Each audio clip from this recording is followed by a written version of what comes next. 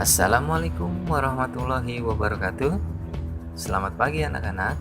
Kita jumpa lagi ya.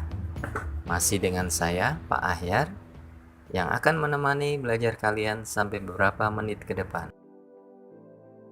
Bagaimana kabar kalian hari ini? Semoga kalian semua baik-baik aja ya. Oh iya anak-anak, sebelum kita memasuki pelajaran, Pak Guru ingin bercerita sedikit ya. Pagi hari ini, di sekitar lingkungan Pak Guru tinggal, warga sedang mengadakan kegiatan kerja bakti untuk membersihkan lingkungan.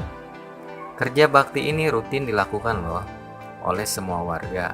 Manfaatnya agar lingkungan sekitar tempat tinggal warga selalu bersih dan sehat. Apalagi ketika cuaca hujan turun. Kalau lingkungan sekitar tempat tinggal kita tidak dibersihkan, itu bahaya loh anak-anak. Karena akan mengakibatkan banjir yang disebabkan tersumbatnya saluran-saluran air oleh sampah-sampah. Karena kurang kesadaran warga untuk membuang sampah pada tempatnya. Kalau lingkungan kita terkena banjir, sangat buruk loh dampaknya bagi kita semua. Selain lingkungan kita kotor dan terlihat kumuh, kesehatan kita juga terancam loh. Terutama penyakit demam berdarah yang disebabkan oleh serangga nyamuk. Banyaknya jentik-jentik nyamuk pada air yang tergenang akibat lingkungan kita banjir dan kotor. Nah, nyamuk demam berdarah sangat suka loh tempat-tempat seperti itu. Makanya dari sekarang, dengan kesadaran perilaku hidup bersih dan sehat, yuk sama-sama kita jaga kebersihan tempat tinggal kita ya, agar kita terhindar dari penyakit. Sesuai dengan tema kita hari ini, kita akan mempelajari tentang daur hidup hewan nyamuk. Nah, silakan duduk yang manis ya anak-anak. Dan jangan lupa siapkan buku dan alat tulis kalian ya.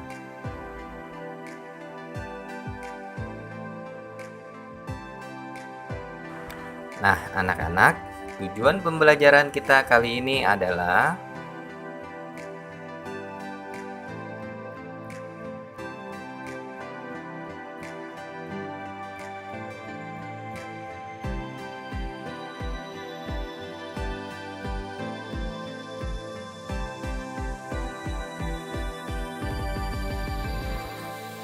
Nah, anak-anak, ini adalah gambar daur hidup nyamuk.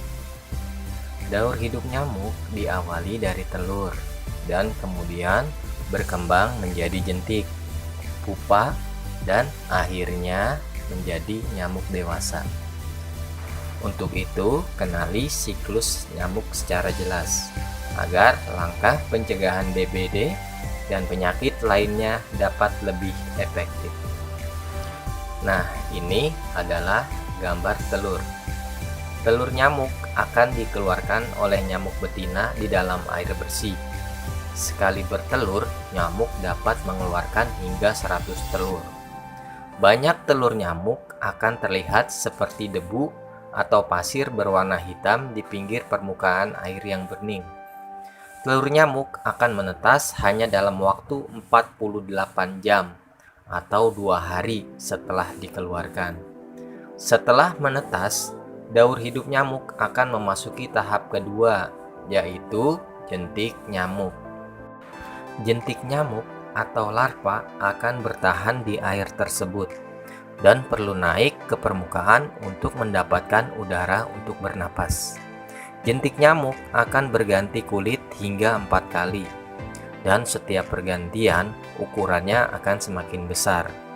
Pada pergantian keempat, jentik kemudian akan memasuki daur hidup nyamuk yang ketiga, yaitu yang disebut dengan pupa. Pupa atau kepompong bisa disebut sebagai tahap istirahat dari daur hidup nyamuk.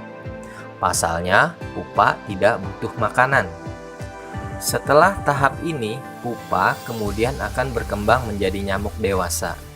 Proses perubahan pupa menjadi nyamuk mirip dengan metamorfosis ulat menjadi kupu-kupu yang pernah kalian pelajari sebelumnya. Nah, ini adalah nyamuk dewasa yang baru saja berubah dari tahap pupa. akan beristirahat di permukaan air untuk sementara waktu. Hal ini dilakukan sebagai cara nyamuk mengeringkan diri dan menunggu bagian-bagian tubuhnya mengeras. Nyamuk baru dapat terbang jika seluruh tubuhnya sudah kering. Tubuh yang kering memungkinkan nyamuk untuk mengeluarkan sayapnya. Setelah bisa terbang, nyamuk tidak akan langsung menghisap darah. Dibutuhkan waktu beberapa hari hingga nyamuk dapat mencari makan dan berkembang biak kembali. Penyakit-penyakit yang disebabkan oleh nyamuk.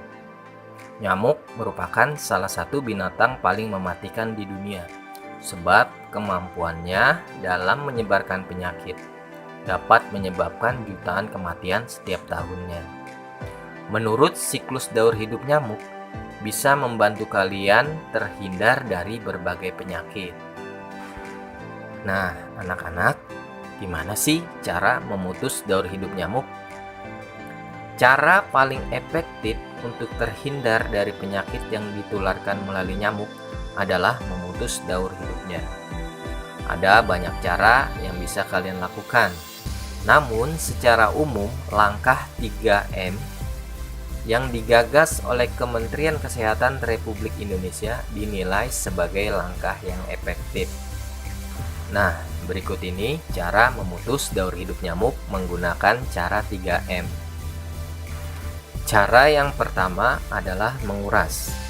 Rutinlah kalian menguras tempat penampungan air yang sering kalian gunakan, seperti bak mandi dan ember. Kalian juga perlu menguras dan membersihkan tempat penampungan air minum di dispenser atau di lemari es. Yang kedua, menutup.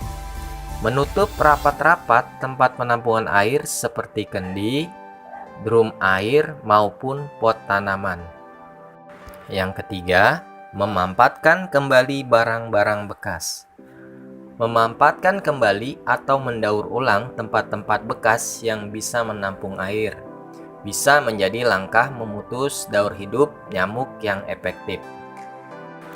Jadi, ingat ya anak-anak, untuk selalu menjaga kebersihan dengan melakukan kegiatan yang sudah kalian simak tadi. Nah, anak-anak, jika lingkungan kita bersih dan sehat, kita pun akan terhindar dari kuman-kuman penyakit.